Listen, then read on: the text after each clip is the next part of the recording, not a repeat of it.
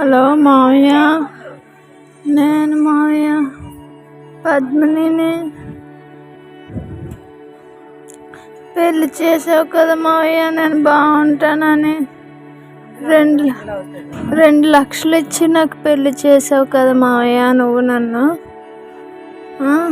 ఎంత బాగా చూసుకున్నావు మావయ్య. నన్ను పెళ్ళి చేసి కష్టాలు పాలు చేశారు.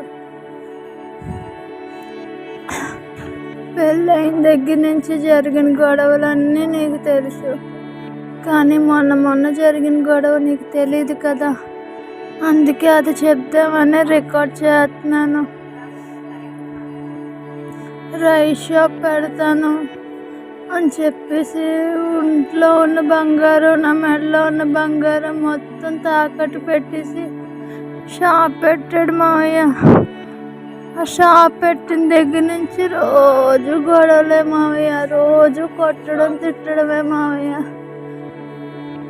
మీ అమ్మారింటి దగ్గర నీకున్న నీ వాటా నువ్వు అమ్మేసి తెచ్చేసుకో నాకు ఇచ్చి, నేను బిజినెస్ ఎక్స్పాండ్ చేసుకోవాలి అని దగ్గర 15 రోజుల నుంచి నాతో గొడవ మావయ్య. ఒకరోజు ఉండలేక తిరగబడ్డాను మావయ్య. నాకే ఇచ్చేస్తే నా వెనకాల నా చెల్లి పెళ్ళికుంది, దానికి ఎవరెత్తారో అయినా దానికే ఇల్లు లేదు, వాళ్ళకే ఇల్లు లేదు, అమ్ముకునే పరిస్థితి వచ్చింది అని తిరగబడ్డాను మావయ్య. ఆ తిరగబడ్డానని నన్ను శుభ్రంగా బెల్ట్తో కొట్టేసి ఆ రోజంతా గదిలో పెట్టి తాళం వేసాడు మావయ్య. తాళం వేసి ఆ రోజు 1వ తారీఖు శనివారం 1వ తారీఖు సాయంత్రం చేసి బయటికి వెళ్ళాడు మావయ్య. తాళాలు వేసి బయటికి వెళ్ళి పురుగుల మందు డబ్బా తెచ్చాడు మావయ్య. తెచ్చి దాసాడు మావయ్య. 9:30 టైంలో నేను పిల్లలకి అన్నం అది తినిపించి పడుకోబెట్టేసి నేను కూర్చుంటే నన్ను పిలిచాడు మావయ్య. నన్ను పిలిచి ఈ మందు నువ్వు తాగుతావా, పిల్లలకు పట్టియాలా అనేసి చాలా ఇబ్బంది పెట్టాడు మావయ్య.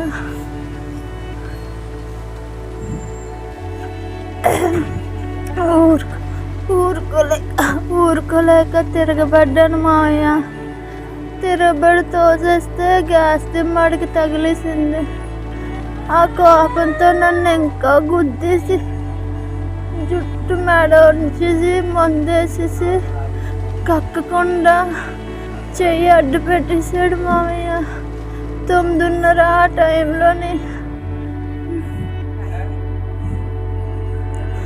మందు పట్టేసి అస్సలు వదలలేదు మావయ్య. బయటకు కక్కకుండా చెయ్యి అడ్డు పెట్టేశాడు మావయ్య. అడ్డు పెట్టేసి ఆ మందు సగం పూర్తిగా తాగేసాక అప్పుడు తీసాడు మావయ్య. ఆ మందు తాగిన అరగంట నుంచి ఆ రోజంతా వాంతులే మావయ్య. నాకు రాత్రి అంతా వాంతులే, ఒక 50 వాంతుల్లాగా అయి ఉంటాయి మావయ్య. అయినా సరే దగ్గరికి రాలేదు మావయ్య. నన్ను గదిలో పెట్టేసి అడంగా ఒక దగ్గర ఉన్నాడు మావయ్య. అస్సలు తెలివి ఓపిక లేదు మావయ్య నాకు. ఆ తర్వాత రోజు కూడా అస్సలు ఓపిక లేదు మావయ్య.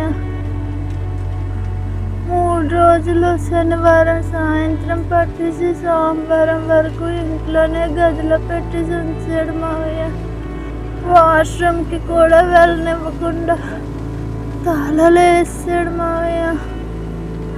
చచ్చిపోతాను అనుకున్నాడేమో. నేను అంతకీ చావకపోయేసరికి సోమవారం బయట తీసుకొచ్చాడు మావయ్య హాస్పిటల్. ఇదంతా డబ్బుల కోసమే మావయ్య.